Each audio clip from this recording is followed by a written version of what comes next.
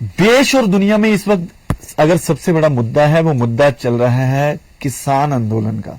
भारत के किसान आंदोलन के चर्चे पूरे विश्व में हो रहे हैं। अगर मैं भारत की बात करूं, कनाडा, यूके, फ्रांस, हर जगह प्रदर्शन हो रहे हैं। जर्मनी में भी ट्रैक्टर ट्राली मार्च निकाला गया है।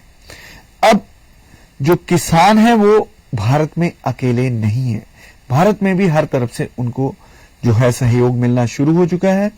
भारत के जो पूर्व सैनिक हैं वो भी किसानों के समर्थन में आ चुके हैं।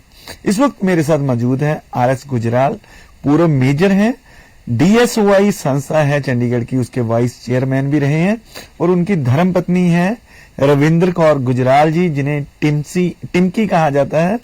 टिमकी नाम से फेमस है अपने जो सोसाइटी में। तो ये दोनों आज हमारे स्टूडियो में आए हैं अपना विरोध दर्ज करने के लिए। तो गुजराल साहब, पहले मैं आपसे पूछूंगा कि मोदी जी ने तो इतना कुछ दिया आपको, 1 रैंक 1 पेंशन दिया, सब कुछ दिया, तो पूर्व सैनिक क्यों विरोध में आ गए? देखिए जी, जो पहला मुद्दा आप जो बात कर रहे हैं कि मोदी जी ने हमें 1 रैंक 1 पेंशन दिया है, अगर उन्होंने 1 रैंक 1 पेंशन अगर वो दिया भी होता तो आज हमारे लोग जंतर मंतर पे क्यों बैठे होते? पिछले 4 साल से हमारे लोग जंतर मंतर में बैठे, वो ही नहीं, हम पूर्व सैनिक हैं। हमारे एक जनरल सतबीर सिंह हैं जो इस मूवमेंट को आगे चला रहे हैं, उनको मैन हैंडल किया गया। जो औरतें वहां उन्हें मैन हैंडल किया गया, वहां से उन्हें उठा के बसों के यहाँ खींच के लेके गए। क्या यही एक सैनिक के लिए आप लोगों के लिए रह गए? मैंने खुद 71 की लड़ाई लड़ी है, और मैं छम में भी था, मैं शक्करगढ़ के एरिया में भी था, मेरे को लड़ाई के बारे में जानकारी है। मैं एक इन्फेंट्री बटालियन से हूँ, बाद में मैं इंटेलिजेंस में गया हूँ, इंटेलिजेंस का भी मेरे को पूरा नॉलेज, जहां से मैं रिजाइन करके आ गया जी। लेकिन अगर मोदी साहब ये कुछ करते, आज का माहौल आप ये करते हैं। दूसरी तरफ देखो, अभी ये जो चाइना की कहानी हुई है, चाइना अंदर आया है। चाइना के आने से एक तो बहुत अच्छी बात हुई है, आज तक फौज को ये समझते ही नहीं थे। कुछ टाइम पहले जब जॉर्ज फर्नांडिस हमारे डिफेंस मिनिस्टर थे, जॉर्ज फर्नांडिस ने एक कहा था कि हमारा पहला जो दुश्मन है वो चाइना है, हमने उसको लिया नहीं। मोदी साहब ने शी जिनपिंग के साथ 19 मीटिंग्स की हैं। उनका ये ख्याल था कि 19 मीटिंग करने से, उन्हें झूले पे बिठाने से, घुमाने से, मतलब कि वो बड़े खुश हो गए होंगे, हमारे खिलाफ नहीं करेंगे। 2017 में क्या हुआ? डोकलम का मेरा अपना ही एक कोर्समेट है। अच्छा गुजराल साहब, ये बताइए, हम अभी किसान मुद्दे को फोकस करना चाहते हैं। तो 1 रैंक 1 पेंशन की अभी आपने बात की कि आप जो आर्मी वालों को मैन हैंडलिंग तक किया क्या तो आर्मी के नाम पे तो वोटें बटोरते हैं मोदी जी। आर्मी के नाम पे बिल्कुल वोट नहीं आएगी। सारा एक्स सर्विसमैन, अभी आपने वोट की बात की है, मैं वोट का भी हिसाब बताता हूँ। सारा एक्स सर्विसमैन जो हमारे कोई 30 लाख के करीब पड़ते हैं, 30 लाख जो, उसमें 25 लाख जो है सैनिक है, 5-6 लाख वॉर विडोज है, उनको अगर लेके 30 लाख के ऊपर है। हम एक मोदी साहब एक चीज समझने की कोशिश नहीं कर रहे, हर एक घर की 10 वोट है। अगर 10 वोट है, 30 लाख वो 15 लाख जो है तकरीबन फौज के अंदर है, बाकी एयरफोर्स और नेवी को भी आप ले लो तो मतलब 50 लाख आदमी हमारे पास है, और 50 हर एक की अपनी घर की कम से कम 10 वोट है। हम वी आर द बिगेस्ट, सबसे बड़ा वोट बैंक जो कि 5 करोड़ बनता है। मोदी साहब ने ये कल की बात अलग है कि वो समझते होंगे फौज अभी बिल्कुल उनकी वो नहीं करेंगे, और खासकर जो अभी ये मुद्दा चल रहा है। देखिए गुजराल साहब, सर्जिकल स्ट्राइक होती है, सुर्खियां बटोरी जाती हैं, सैनिकों के नाम पे वोट ली जाती है और सैनिकों की शहादत होती है, पुलवामा होता है, और उसको भी वोट बैंक की राजनीति की तरह इस्तेमाल किया जाता है। बिल्कुल। तो मैं टिमसी जी को पूछना चाहूंगा, आप महिला हैं, एक आर्मी ऑफिसर की वाइफ भी हैं, तो कैसे देखते हैं? बेटी भी है और लॉबी है। और कैसे देखते हैं आप जो अभी किसानों का प्रोटेस्ट चल रहा है? क्या सही है किसान? सही है, बिल्कुल सही है, क्योंकि उनका भी कुछ है। एक्चुअली द थिंग इज कि हम लोग ये नहीं समझते हैं कि इतनी ठंड में हमने इतने सारे कपड़े पहने हुए हैं, इतने गर्म से एनवायरनमेंट में बैठे हुए हैं, सब सहूलतें हैं हमारे पास में, बट जो अपने घर से बाहर है ओके उनको बहुत सारी एड मिल रही है, everything is fine, but at the same time घर से बाहर रहना, सुबह कोई टॉयलेट फैसिलिटीज, लेडीज भी हैं, छोटे बच्चे भी हैं, ladies can connect with me, आप घर से बाहर जाते हो, I mean in India specially it's a biggest problem is about the toilet facilities for ladies. तो आप सोचिए कि आप घर से बाहर इतनी देर रह रहे हो इस मौसम में, आपको कितनी प्रॉब्लम्स हैं कपड़े तो धोने मोदी जी के को लिए। दिखाई नहीं देता क्या जी? वही तो बात है ना कि he has to do something, क्योंकि आई डोंट थिंक सो कि ये ही खत्म होने वांट टू वाला है। डू, वो करना चाहते हैं। अभी या- ये तो लगता तो है नहीं है, क्योंकि इतना टाइम हो गया और इंक्रीज ही हो रहा है, एजिटेशन इंक्रीज हो रहा है, मूवमेंट इंक्रीज हो रहा है। तो So- पिछले साल इसी दिसंबर में शाहीन बाग के लोग बैठे थे, इस दिसंबर में किसान बैठ गए, आने वाले दिसंबर में गुजराल साहब और कौन हो सकता है? देखिए जी, शाहीन बाग और इसमें बहुत फर्क है। शाहीन बाग जो है एक रिलीजन का मुद्दा था, एक रिलीजन वाले बैठे थे, लेकिन आज किसान में हिंदू भी हैं, सिख भी हैं, मुसलमान और क्रिश्चियन भी हैं। जी, और सबसे बड़ी जो अच्छी चीज जो मोदी जी ने की है, जो आज तक ये अलग अलग थे, आज ये सारे इकट्ठे हो गए हैं। आज हरियाणा के अंदर क्या बात चलती है? इसका मोदी को फायदा होगा, नुकसान होगा? पूरा नुकसान है। हिसाब है, देखो 70% लोग किसानी गांव में रहता है। आज आपका वोट बैंक, मैं आपका वोट बैंक नहीं हूं, मेरे लिए उनको परवाह नहीं है, क्योंकि वजह मेरे जैसे इक्के तुक्के हैं। मैं आपकी आके अगर रैली भी अटेंड करता हूं, लेकिन रैली के बाद मैं आपको वोट दूंगा नहीं दूंगा वो जरूरी नहीं है, आप मेरे ऊपर डिपेंड नहीं कर सकते। वो डिपेंड करते हैं किसानों के ऊपर। गैस देनी है किसानों को देनी है, बिजली देनी है किसानों को, सड़क देनी है किसानों के लिए करनी है। आज नतीजा क्या हुआ? वोट ले ली, बालाकोट के नाम पे वोट ले ली, बालाकोट हमने किया, बालाकोट करके ये करके वोट ले ली।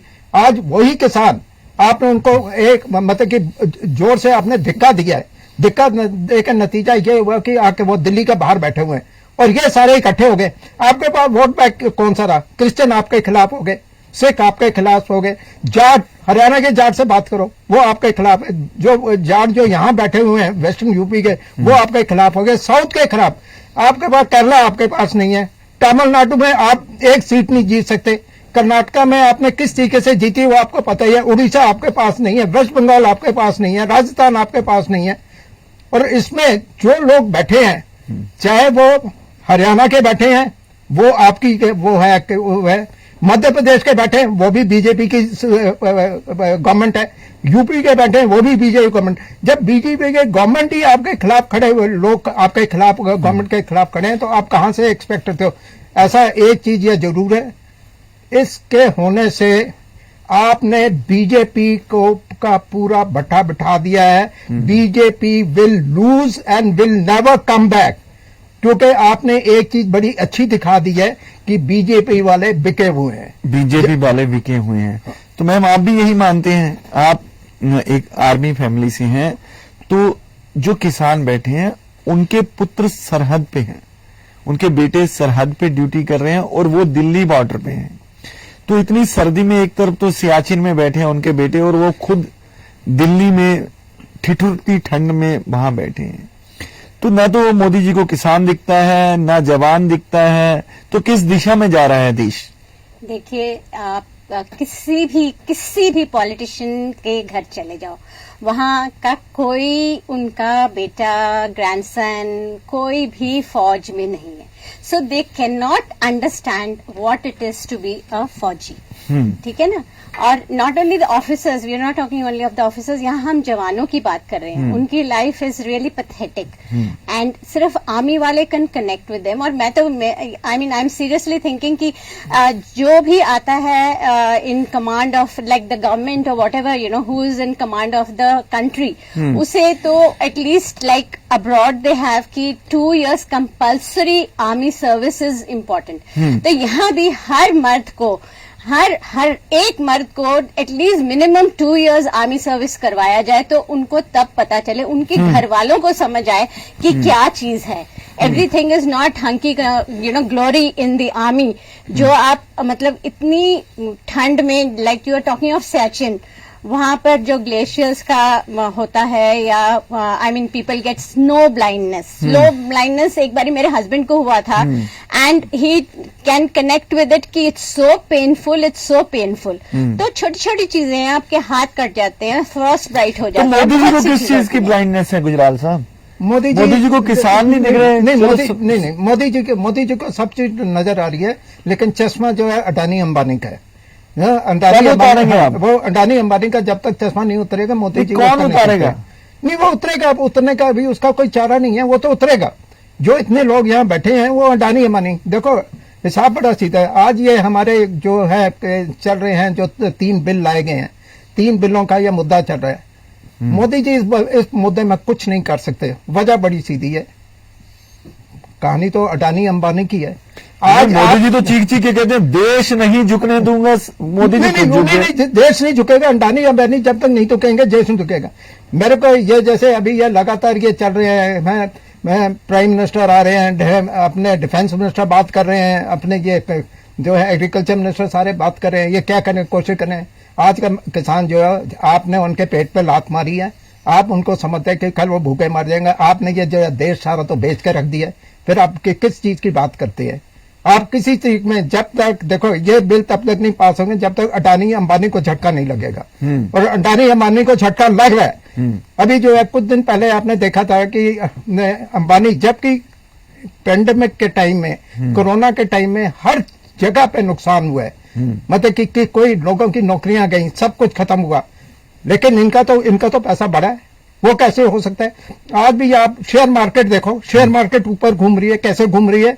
जब वहां काम नहीं है, गाड़ी बिक नहीं रही, लेकिन उसका शेयर ऊपर है, कैसे हो रहा है? मैनिपुलेशन हो रही है आपका कहना? सब मैनिपुलेशन हो रहा है, दिखाने के लिए कि ये हो रहा है, अदरवाइज कहाँ पे है? तो आपने पीछे देखा, आपका तो 24% जो जीडीपी कहाँ गिर रही है? 24% जीडीपी पीछे गिरी है। आप अपने को जो मर्जी बना के दिखाते रहो, एक्चुअल आज लोगों के घर में, पहले आपने सबसे बड़ा झटका तो दिया जब आप उसके लिए आपने डीमोनेटाइजेशन की। डीमोनेटाइजेशन के 92% लोग जो हैं वो अनऑर्गेनाइज सेक्टर के हैं। आपने अनऑर्गेनाइज सेक्टर वाले को मार दिया, लेकिन जो बड़े बड़े हैं, समाजदार हैं, जिनके पास पैसा है, मैंने तो मैं लगातार टीवी देखता, मैंने तो कहीं पे नहीं देखा कि मतलब कि इनमें से कोई गया हो, लाइन में खड़ा हो, जिसकी फोटो आई हो। बहुत से लोग मरे भी हैं। देखो साहब, आपने क्या नतीजा किया? अभी 45 किसान मर चुके हैं जी।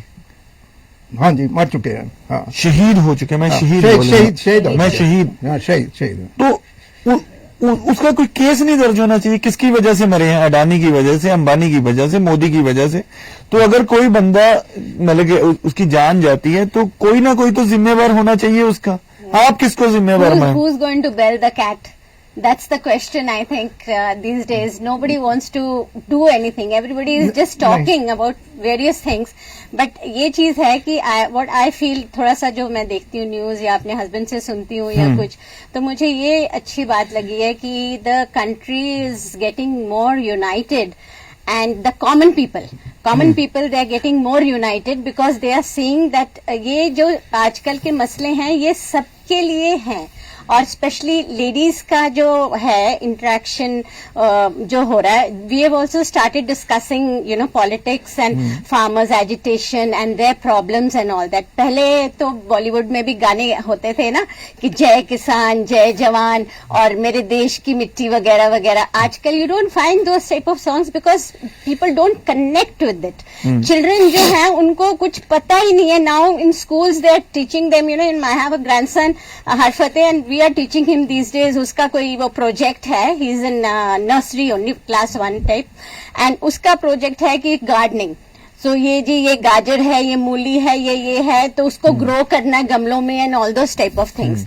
पहले होता था कि एवरी हाउस, आजकल वो इवन दैट जो कर रहे हैं ना वेस्ट के लिए कि भी ये ऐसे कॉम्पोस्ट। पहले हमारे घरों में हमारी दादियां, नानी, मम्मी वगैरह सारे हम लोग खुद till quite some time back हम लोग खुद कॉम्पोस्ट हीप वगैरह और हर चीज जो सैलेड एंड जो छोटी छोटी चीजें होती थी लाइक कोरिएंडर, ये धनिया वगैरह, पुदीना वगैरह, ये सब कुछ हमारे घरों में ही उगता था। It was all organic. हमने कभी ऐसा नहीं खरीदा कि बाहर जाके ऑर्गेनिक के लिए इतने पैसे खर्च नहीं है और उसके लिए इतने पैसे खर्च नहीं। तो देश को कहां ले जा रहे हैं मोदी जी? देखो जी, मोदी जी ना, जहां तक देश का सवाल है, एक चीज तो बड़ी क्लियर है। देखो, मोदी जी को सिर्फ उनकी जो रेपुटेशन बनाने की, इमेज बनाने के लिए कोई 25 लाख रुपया पर डे के ऊपर खर्च हुआ है। Over a period of 5 years सारे 450 करोड़ रुपया खर्च किया गया।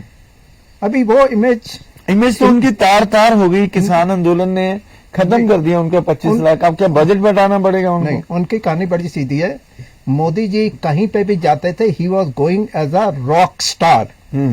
रॉक स्टार ये अमिताभ बच्चन वगैरह जो मर्जी चले जाए, उनकी को वो नहीं थी जैसा मोदी जी। चाहे वही नहीं है। अमेरिका में देखो जो उनके फंक्शंस हुए हैं, उनको छोड़ो, चाइना के अंदर उनका जो फंक्शन हुआ था, इतनी दुनिया उन्हें देखने आई थी। ऑस्ट्रेलिया के अंदर फंक्शन हुआ था। आज नतीजा क्या हुआ है? आज इंग्लैंड आपके खिलाफ हुआ पटा है, अमेरिका आपके खिलाफ है, कनाडा आपके खिलाफ है। हर कंट्री जो है आपकी इमेज क्या हुई? जीरो हो गई। 450 करोड़ रुपए आपने बर्बाद कर दिया। उन्हें छोड़ो, फौज के पास एयरक्राफ्ट नहीं है और आपने अपने लिए जहाज खरीदा। राफेल की तो वाहवाही लूट रहे हैं। हाँ, अच्छा, राफेल की कहानी 126 का ऑर्डर दिया था, आपने 36 खरीदे हैं। अभी यहाँ पे 5 है तो कुछ आपका भी ऑर्डर अंबानी को दे दिया जी, छोटे भाई। वो भी अंबानी को उसका ऑर्डर दिया है। रशिया के साथ इन्होंने एग्रीमेंट किया, रशिया के दिया, फ्रांस के साथ एग्रीमेंट किया है, ईरान के साथ एग्रीमेंट किया, सारे अंबानी इसको दिए। HAL को क्या दिया? DRDO को क्या दिया? DRDO is a wonderful organisation. देखो जिन्होंने मतलब कि हमारे पास, देखो एक चीज हम अंडरस्टैंड करें, हमारी मिसाइल टेक्नोलॉजी बहुत अच्छी है। अगर हम चांद के ऊपर भेज सकते हैं, मार्स के ऊपर भेज सकते हैं, दैट मीन्स हमारी टेक्नोलॉजी में कोई कमी नहीं है। लेकिन आप उसको बढ़ावा दो, उसकी तरफ पैसा दो। अगर पैसा आपने बाहर ही देना है तो नतीजा क्या है? इन सारे अंबानी मेरे को समझ नहीं आता। कुछ समय पहले मैं देखो, मेरी इस समय उम्र तकरीबन 75 साल है। आई एम रफली नियरली 75, 79, 2 साल नीचे 1.5 से 73 तो मेरी हो ही चुकी है। I am running 74। उसके अंदर अगर आप ये देखो, मोदी साहब ने जब से ये आए हैं, इन्होंने कोई ऐसे काम करने की कोशिश की है कि जिससे हमारी फौज आगे बढ़े या कुछ और काम करे। हम पुराने जमाने में टाटा का नाम सुनते थे, बिरला का नाम सुनते थे, या JK वाले का, सिंघाने का सुनते थे, लेकिन हमने कभी, मेरे को अडानी का नाम तो अभी कोई तकरीबन 3-4 साल पहले एक मेरे दोस्त हैं, वो माइनिंग में है। तो मैंने वैसे ही बात हुई, मैंने कहा यार आजकल कौन सी माइनिंग आप माइन के अंदर चला रहे हो? वो कहते हैं हमारे पास अडानी क्या है। I had heard for the first time this name की अडानी है क्या? जो है कहते नहीं, इसने तो कई मायने खरीदी हैं। अंबानी है। अंबानी का आज से 30 साल पहले अंबानी का नाम कौन जानता था? बिल्कुल। आज ही the richest man in the country. वो प्रेम जी है जो है अपना इसका विप्रो वाले, हाँ विप्रो वाले हैं, वो सारे पीछे रह गए। और यहाँ पे ये देखो आज तो आप सीधा सीधा क्या कहना चाहते हैं कि इन जो सरकार का फंड है इनके पास जा रहा है? 100% जा रहा है। इन्होंने सारा फंड तो उधर ही है, चल रही। यही तो DRDO ये भी बिकने वाली है बहुत जल्द। ये जाएंगी। जब इन्होंने, आपने क्या, आपने हर चीज, आपने रेल भेज दी, आपने एयरपोर्ट भेज दिए, आपने ONGC भेज दिया, आपने कौन सी चीज रखी है? सारी तो आपने बेच के रख दी है। लेकिन आज क्योंकि जिस तरीके से आप वोट, हम दूसरी चीज वोटिंग की तरफ चले। वोटिंग जब ये पहली बार 2014 में ये आए थे, 2014 में इनको टोटल जो है ये एनडीए को टोटल वोट पड़ी थी 38%। आप लोग ये गूगल करके देख सकते हो। और अभी जो ये 19 की हुई है, 19 के अंदर बीजेपी को पड़ी है 37.4%। इसका मतलब क्या हुआ? 37.4% इनको मिली है, तो 62.6% लोग जो है इनके खिलाफ है। मतलब कि वो ऑलरेडी है, बिल्कुल खिलाफ है। हाँ। तो यही तो हमारे भारत की विडंबना है कि 62% लोग जिसके खिलाफ है, उनकी सत्ता आ जाती है, वो सरकार बना लेते हैं। मैम, जैसे अडानी अंबानी की बात हो रही है, तो आप आर्मी परिवार से, आर्मी परिवार के जो बच्चे हैं, उनके माँ बाप हैं, वो तो बच्चे सरहद पे हैं और फादर जो है दिल्ली बॉर्डर पे है। अगर आर्मी को आदेश मिलता है लाठीचार्ज का, तो क्या जो बच्चे हैं अपने बाप पर, अपनी माँ पर लाठीचार्ज कर पाएंगे? बिल्कुल नहीं। कौन करेगा? स्पेशली जो हमारे इंडियन संस्कार है उसमें तो बिल्कुल भी नहीं ये चीज लागू हो सकती।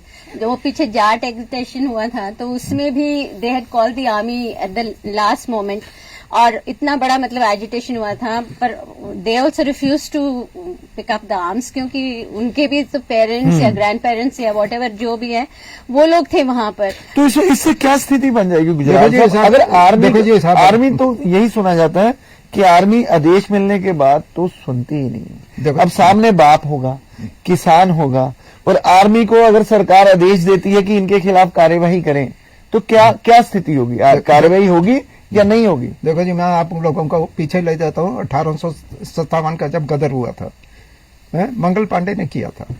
मंगल पांडे एक था, लेकिन मंगल पांडे के साथ कौन सब जुड़े? आज का नतीजा क्या है? आप हम जो अगर देखें, हमारी रेजिमेंट्स कौन कौन सी है? सिख है, सिख लाई है, पंजाब है, डोगरा है, जाट है, राजपूत है, मद्रास है। मैं खुद मद्रास रेजिमेंट से हूँ। मतलब ये सारी हैं। ये जब सारी होने का नतीजा क्या है? आपके हमारे बच्चे ही इन सब में, कोई गुजरात रेजिमेंट आपने सुनी है कि कोई गुजरात रेजिमेंट भी है? नहीं है। हमारे बच्चे रोज रोज वहां मर के आ रहे हैं। कोई कभी किसी की लाश आती है, कभी किसी की लाश आती है, लेकिन नतीजा क्या? अगर हम इसी तरीके से अगर ये माहौल रहेगा, there can be very drastic repercussions. ये समझिए, अगर इन्होंने अब तो पाकिस्तान के गायक भी ये गाने आ रहे हैं। कल मैं एक गाना सुन रहा था कि चढ़दा पंजाब पुकारदा लैंदे पंजाब ਨੂੰ ਵੀ ਅਸੀਂ ਆਉਣ ਨੂੰ ਤਿਆਰ ਹਾਂ। ਤੇ ਕਿੱਦਾਂ ਦੀ ਸਿਚੁਏਸ਼ਨ ਲੱਗਦੀ ਹੈ ਕਿ ਚੜਦਾ ਲੈਂਦਾ ਪੰਜਾਬ ਕਾਫੀ ਉੱਥੇ ਵੀ ਇਹ ਐਜੀਟੇਸ਼ਨ ਚੱਲ ਰਹੀ ਹੈ ਵੀ ਅਸੀਂ ਦਿੱਲੀ ਆ ਕੇ ਧਰਨਾ ਦੇਣ ਨੂੰ ਤਿਆਰ ਬੈਠੇ? देखो जी, दिस इज ऑल पोलिटिकल। देखो मैं इधर दो तीन मुद्दे दसदा। पहली गल तो सब तो वड्डी ਜਿਹੜੀ ਅਸੀਂ ਗਲਤੀ ਕੀਤੀ ਜਿਸ ਟਾਈਮ ਇੰਡੀਆ ਦਾ ਡਿਵੀਜ਼ਨ ਹੋਇਆ, ਦੋ ਹਿੱਸਿਆਂ ਜਦ ਕੀਤਾ ਗਿਆ। ਮੈਂ ਉਸ ਟਾਈਮ ਦੇ ਪੋਲੀਟੀਸ਼ੀਅਨਸ ਦੀ ਇਹ ਕਹਿੰਦਾ ਕਿ ਉਹਨਾਂ ਦੇ ਪੋਲੀਟੀਸ਼ੀਅਨ ਜੋ ਵੀ ਮਤਲਬ ਕੀਤਾ ਸੀ, ਬੇਸਿਕਲੀ ਪੋਲੀਟੀਸ਼ੀਅਨ ਇਸੀ ਲਈ ਸੀ ਕਿ ਉਹਨਾਂ ਨੂੰ ਆਪਣੀ ਉਹ ਮਿਲ ਜਾਏ, ਆਪਣੀ ਰਾਜ ਮਿਲ ਜਾਏ। ਰਾਜ ਦੇ ਲਈ ਚਾਹੇ ਜਿੰਨਾ ਹੋ ਜਾਏ, ਚਾਹੇ ਗਾਂਧੀ ਤੇ ਨਹਿਰੂ ਸੀ। ਗਾਂਧੀ ਨੇ ਖੈਰ ਗਾਂਧੀ ਨੇ ਪੋਲਿਟਿਕਸ ਦੇ ਵਿੱਚ ਨਹੀਂ ਆਇਆ, ਮਹਾਤਮਾ ਗਾਂਧੀ, ਲੇਕਿਨ Nehru definitely was interested and accordingly he came. ਇੱਕ ਉਹਦੇ ਚਾਹੇ ਵੀ ਪ੍ਰਪੋਜ਼ਲ ਆਉਂਦਾ ਜਿਸ ਦੇ ਲੋਕੀ ਇਹ ਵੀ ਦੱਸਦੇ ਨੇ ਕਿ ਬਈ ਜਿਸ ਟਾਈਮ ਇਹਨਾਂ ਨੇ ਵੋਟਿੰਗ ਕੀਤੀ ਸੀ ਤੇ ਵੋਟਿੰਗ ਵਿੱਚ ਸਰਦਾਰ ਪਟੇਲ ਨੂੰ ਵੋਟ ਗਈ ਸੀ, ਲੇਕਿਨ ਮਹਾਤਮਾ ਗਾਂਧੀ ਤੇ ਪ੍ਰੈਸ਼ਰ ਕਰਕੇ ਜਵਾਹਰ ਨਹਿਰੂ ਨੂੰ ਬਣਾ ਦਿੱਤਾ ਗਿਆ। ਜਿਨ੍ਹਾਂ ਨੇ ਵੀ ਇੱਕ ਮੀਟਿੰਗ ਦੇ ਵਿੱਚ ਕਿਹਾ ਸੀ ਕਿ ਤੁਸੀਂ ਲੋਕ ਇੱਥੇ ਰਹੋ, ਅਸੀਂ ਸੈਕੂਲਰ ਆ, ਅਸੀਂ ਸੈਕੂਲਰ ਮਤਲਬ ਤੁਹਾਡੇ ਅਸੀਂ ਛੇੜਾਂਗੇ, ਲੇਕਿਨ ਉਸ ਦਾ ਨਤੀਜਾ ਬੜਾ ਅਲੱਗ ਸੀ। ਮੈਂ ਪੜ੍ਹ ਰਿਹਾ ਸੀ, ਵੇਰ ਆਈ ਹੈਡ ਰੈਡ, ਉਸਦੇ ਚ ਇਹ ਹੋਇਆ ਸੀ ਕਿ ਜਿਸ ਟਾਈਮ ਜਿਹੜੇ ਬੰਦੇ ਇੱਥੇ ਆਏ ਸੀ ਉਹ ਸੀ 10-15 ਲੱਖ ਰੁਪਏ ਬੰਦਾ, ਜਿਹੜਾ ਕਿ ਹਿੰਦੂ ਤੇ ਸਿੱਖ ਜਿਹੜਾ ਕਿ ਪਾਕਿਸਤਾਨ ਤੋਂ ਇੱਧਰ ਆ ਰਿਹਾ ਸੀ। ਲੇਕਿਨ ਜਿਹੜਾ ਮੁਸਲਮਾਨ ਸੀ ਉਹਨਾਂ ਦੀ ਕਰੋੜਾਂ ਵਿੱਚ ਗਿਣਤੀ ਸੀ। ਉਹਨਾਂ ਦਿਨਾਂ 'ਚ ਵੀ 25-30 ਕਰੋੜ ਐਸੀ। ਉਹਨੇ ਜਿਨ੍ਹਾਂ ਨੇ ਇਹ ਰਿਅਲਾਈਜ਼ ਕੀਤਾ ਕਿ ਅਗਰ ਉਹ ਇੱਧਰ ਆਏ ਅਸੀਂ ਰੱਖਾਂਗੇ ਕਿੱਥੇ। ਸੋ ਉਹਨੇ ਇਨਡਾਇਰੈਕਟਲੀ ਨਹਿਰੂ ਗਾਂਧੀ ਨੇ ਕੀਤਾ ਕਿ ਇਹਨਾਂ ਨੂੰ ਇੱਥੇ ਨਾ ਆਣ ਦਿਓ, ਇਹਨਾਂ ਨੂੰ ਉੱਥੇ ਹੀ ਸੈਟਲ ਰੱਖੋ। ਉਹ ਇਸੀलिए ਇੱਥੇ ਹੈ, ਦੇ ਆਰ ਹੇਅਰ। ਲੇਕਿਨ ਅੱਜ let's B clear about it. ਕਿਆ ਜੋ ਉਹਨਾਂ ਨੂੰ ਮਿਲਣਾ ਚਾਹੀਦਾ ਕਿਆ ਅਸੀਂ ਦੇ ਰਹੇ ਹਾਂ? ਅਸੀਂ ਦੇ ਰਹੇ ਹਾਂ? ਨਹੀਂ ਦੇ ਰਹੇ। ਉਸਦੇ ਚ ਕੀ ਹੈ? ਚੈੱਕ ਦੇਖੋ, ਸਾਡੇ ਇਸ ਮੇਰੀ ਰੈਜੀਮੈਂਟ ਮਦਰਾਸ ਰੈਜੀਮੈਂਟ ਵਿੱਚ ਸਿੱਖ ਆਫਸਰਸ ਹਨ। मैं आई वाज देयर, मेरा पहला CO6 ਸੀ, ਦੂਜਾ CO6 ਸੀ। We have number of Sikh, ਬਲਕਿ ਪਲਟਨ ਦੇ ਵਿੱਚ ਸਾਡੇ ਕੋਈ 13-14 ਹੁੰਦੇ, ਜਿਹਦੇ 6 ਅਫਸਰ ਸਿੱਖ ਹੁੰਦੇ ਸੀ। ਸਾਡੇ ਕੋਲ ਮੁਹੰਮਦਨਸ ਵੀ ਹਨ, ਐਂਡ ਮੁਹੰਮਦਨਸ ਵੀ ਹਨ, ਕ੍ਰਿਸਚੀਅਨਸ ਵੀ ਹਨ, ਹਿੰਦੂਸ ਵੀ ਹਨ, ਸਦਰਨ ਸਟੇਟਸ ਹਨ, ਇਹਨਾਂ ਦੇ ਸਾਰਿਆਂ ਦੇ। ਮੈਂ ਇੱਕ ਆਪਣਾ ਖੁਦ ਦੱਸਦਾ, ਮੁਸਲਮਾਨ ਦੀ ਗੱਲ ਕਰਦਾ। ਮੇਰੇ ਕੋਲ ਇੱਕ ਐਸੀ ਮਹਿਬੂਬ ਖਾਨ, ਜਿਸ ਟਾਈਮ ਮੈਂ ਕਮਿਸ਼ਨ ਹੋ ਕੇ ਆਇਆ 1969 ਦੇ ਵਿੱਚ, ਮੈਂ ਆਪਣੀ ਯੂਨਿਟ ਜੁਆਇਨ ਕੀਤੀ। ਸਾਡੇ ਉੱਥੇ ਕਮਾਂਡੋ ਕੰਪੀਟੀਸ਼ਨ ਹੁੰਦਾ ਸੀ, ਜਨਰਲ ਚੌਧਰੀ ਟਰਾਫੀ, ਤੇ ਮੈਨੂੰ ਉਸ ਦੇ ਵਿੱਚ ਪਾਰਟਿਸਿਪੇਟ ਕਰਨਾ ਸੀ। ਤੇ ਉਸ ਦੇ ਲਈ ਮੈਨੂੰ ਜਿਹੜੇ ਤਗੜੇ ਬੰਦੇ ਸੀ ਪਲਟਨ ਦੇ, ਉਹ ਦਿੱਤੇ ਗਏ। ਉਹਨਾਂ 'ਚ ਇੱਕ ਮਹਿਬੂਬ ਖਾਨ ਵੀ ਸੀ, ਜਿਹੜਾ ਕਿ ਉਸ ਟਾਈਮ ਇੱਕ ਸਿਪਾਹੀ ਸੀ, ਉਹ ਵੀ ਉਹਦੇ ਸੀ, ਤਗੜਾ ਬੰਦਾ ਸੀ, ਤੇ ਮੇਰਾ ਪਾਰਟਿਸਿਪੇਟ ਕੀਤਾ। ਜਿਸ ਟਾਈਮ 71 ਦੀ ਲੜਾਈ ਲੱਗੀ, 71-72 ਦੀ ਗੱਲ ਹੈ, ਮੇਰੀ ਯੂਨਿਟ ਸੀ ਇੱਕ ਡਿਚ ਕੰਮ ਬੰਬ ਦੇ ਉੱਤੇ, DCB ਦੇ ਉੱਤੇ। ਮੈਂ ਪਲਟਨ ਦਾ ਐਜੀਟੈਂਟ ਕਰ ਰਿਹਾ ਸੀ, ਲੇਕਿਨ ਉਸ ਲੜਾਈ ਹਾਲੇ ਖਤਮ ਹੀ ਹੋਈ ਸੀ। ਤਾਂ ਉਹਨਾਂ ਦਾ ਜਿਹੜਾ ਕੰਪਨੀ ਕਮਾਂਡਰ ਸੀ, ਉਹ ਕਿਤੇ ਉਹਨੂੰ ਜਾਣਾ ਪੈ ਗਿਆ ਸੀ, ਤੇ ਨਤੀਜਾ ਸੀ ਤੇ ਮੈਨੂੰ ਉਹਨਾਂ ਨੇ ਡਿਚ ਤੇ ਭੇਜਤਾ ਕਿ ਅਫਸਰ ਚਾਹੀਦਾ। ਐਂਡ ਮੈਂ ਗਿਆ, ਤੇ ਰਾਤ ਨੂੰ ਜਦ ਮੈਂ ਉੱਠਦਾ ਸੀ ਤੇ ਮੈਂ ਮਹਿਬੂਬ ਖਾਨ ਨੂੰ महबूब खान एक नायक बन चुके सी। नायक ਦਾ ਮਤਲਬ ਹੈ ਉਹਦੇ ਥੱਲੇ 10 ਬੰਦੇ ਆ ਚੁੱਕੇ ਸੀ। ਉਹਨਾਂ 10 ਬੰਦਿਆਂ ਦੇ ਵਿੱਚ महबूब खान इंचार्ज सी और मेरा जड़ा बंकर सी ਉਹਦੇ ਇਲਾਕੇ ਦੇ ਵਿੱਚ ਸੀ। रात ਨੂੰ I used to get up so that उन्हें भी पता है कि भाई अफसर अलर्ट है, देख रहा है। हर बारी जब मैं आना तो महबूब खान ने मेरे बंकर के बाहर खड़े मिलना। 2-3 दिन के बाद मैं देखा सी he was a very tough man. 2-3 दिन के बाद मैनू यह नजर आया कि यह बंदा कुछ कमजोर नजर, या तो इसकी तबीयत खराब है कुछ है ना। ਉਹਦੇ ਕੋਲ ਪੁੱਛਣ ਦਾ ਤਾਂ ਕੋਈ ਫਾਇਦਾ ਨਹੀਂ ਸੀ।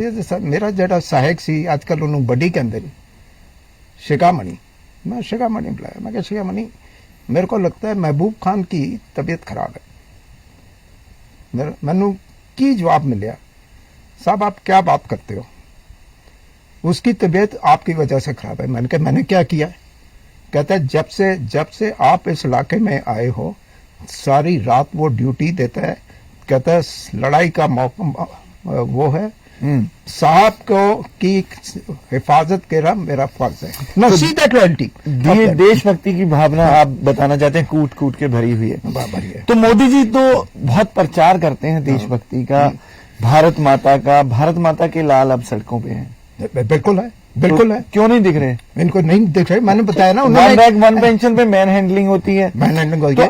अब क्या लगता है जो कल वाली मीटिंग होने वाली है 30 तारीख को, उसका में कोई हल निकलेगा? सरकार बिल वापस लेगी? क्या लगता है किस दिशा में जाएगा? देखो जी, साहब बड़ा सीधा, सरकार बिल क्यों नहीं ले सकती? सरकार लेगी या नहीं लेगी? नहीं, मैं आपको बताता हूँ क्यों नहीं ले सकती, क्यों नहीं है। ये देखो साहब बड़ा, बिल लाने से पहले आपने अडानी के दुनिया भर के सीलोज 18 जगह पे उसके सीलोज बने हैं। आप एक तरफ तो आप वो लेके कंसोलिडेशन ऑफ लैंड एक्ट लेके आए थे, जिसके अंदर आपने अमेरिका 18 एकड़ के ऊपर किसी के पास जमीन नहीं हो सकती। यहाँ हजारों एकड़ आपने दे दिए उनको, वो उन्होंने ले लिए। अच्छा, उसके ऊपर अभी अडानी वगैरह ने इतनी इन्वेस्टमेंट की हुई है।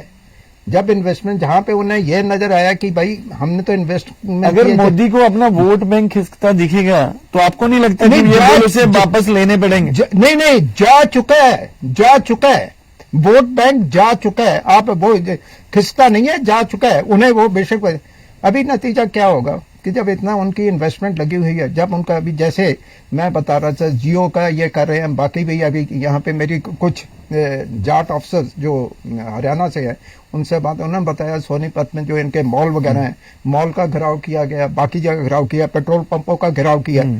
जब ऑल इंडिया पैन इंडिया ये कहानी होती है तो उसमें क्या है, सबसे बड़ा झटका अंटानी अंबानी को लगेगा। मैं अगर लोग सिर्फ इनकी चीजें खरीदनी बंद कर देते हैं ना, ये अपने आप डूब जाएंगे, ये अपने आप डूबेंगे। तो भारत में अक्सर ये कहा जाता था कि हमें चाइनीज प्रोडक्ट बैन करने चाहिए। हाँ।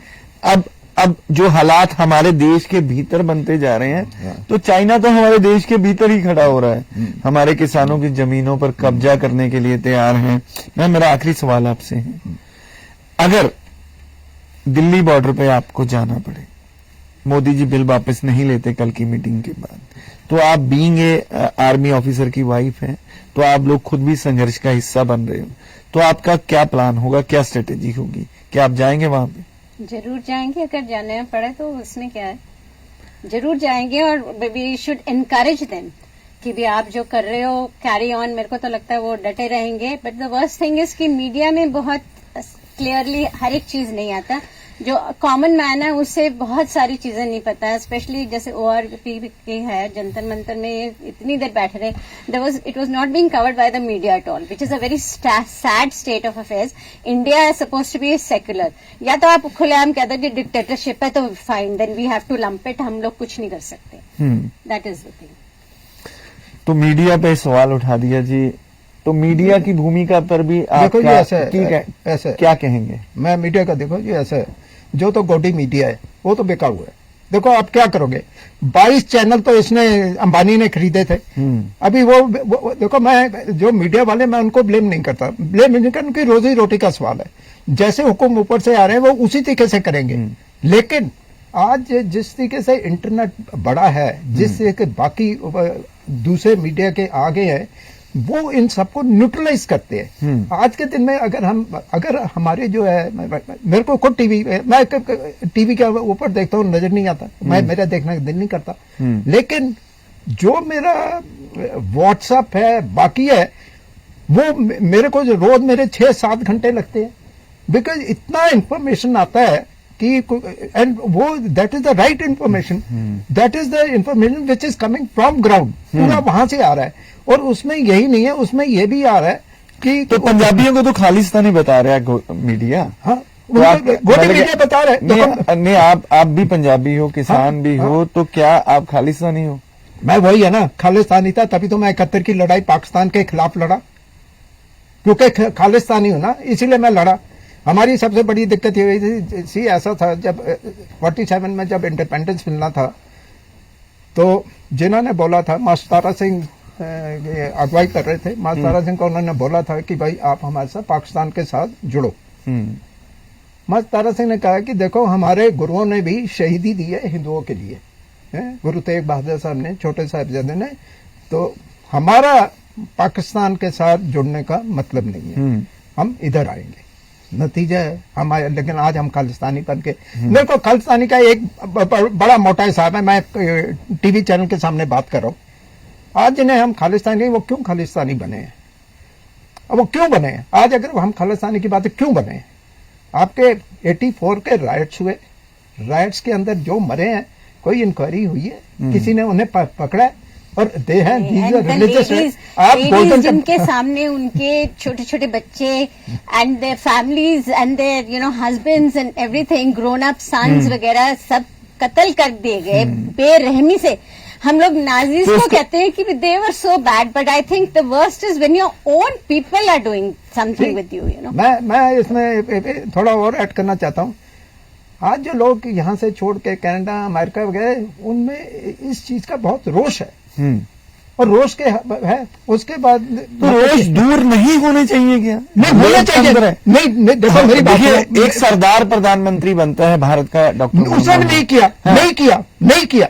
मैं आज टीवी का नो, तो मोदी जी ने तो बहुत बड़े बड़े दावे किए थे कि मैं नहीं पंजाबियों को, देखो मेरी बात सुनो, मैं as a sec I am against him and I will give you that my reason against doctor Manmohan Singh. Doctor Manmohan Singh के टाइम इतने स्कैम्स हुए हैं, what action did he take?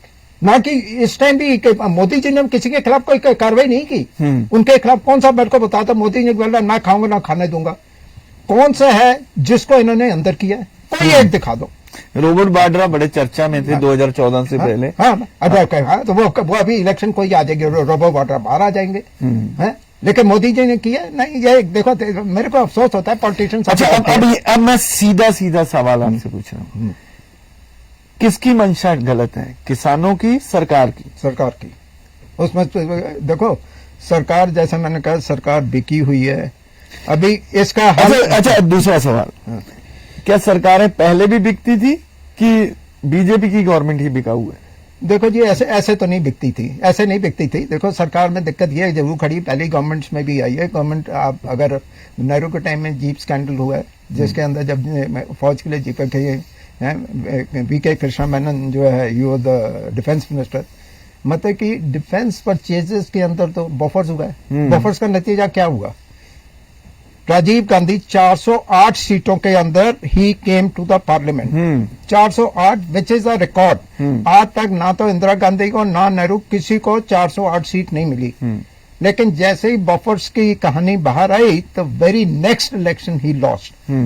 Modi ji एक चीज समझ लें, आज वर्ल्ड ओवर पता चल चुका है कि इनका सारा श्रेय जो है, वो जो है अडानी अंबानी। अच्छा मैम, बिलों से किसानों को फायदा है या अडानी अंबानी को? Well, this is quite obvious. I think he'll be able to give you a better this thing. तो आप क्या सोचते हैं? मेरे हिसाब से तो ऑब्वियसली उन्हीं को है ना, द फार्मर्स। अगर उनको फायदा होता तो they would not be doing this agitation. बिल्कुल।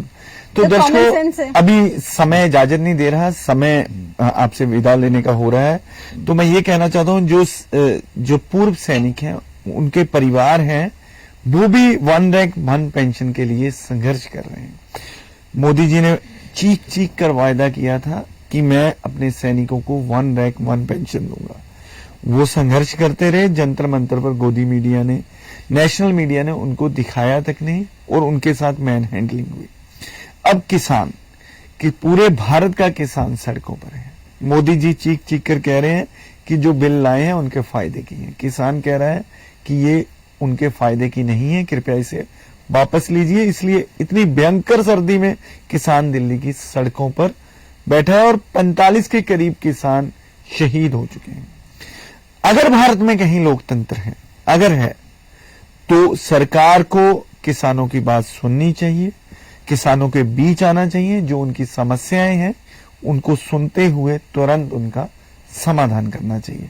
दर्शकों, मुझे और एक मिनट जी, इसके अंदर भाई जैसे आपने ओआरओपी की बात की है, अगर हमें ओआरओपी मिला होता तो आज ओआरओपी का केस सुप्रीम कोर्ट में ना होता।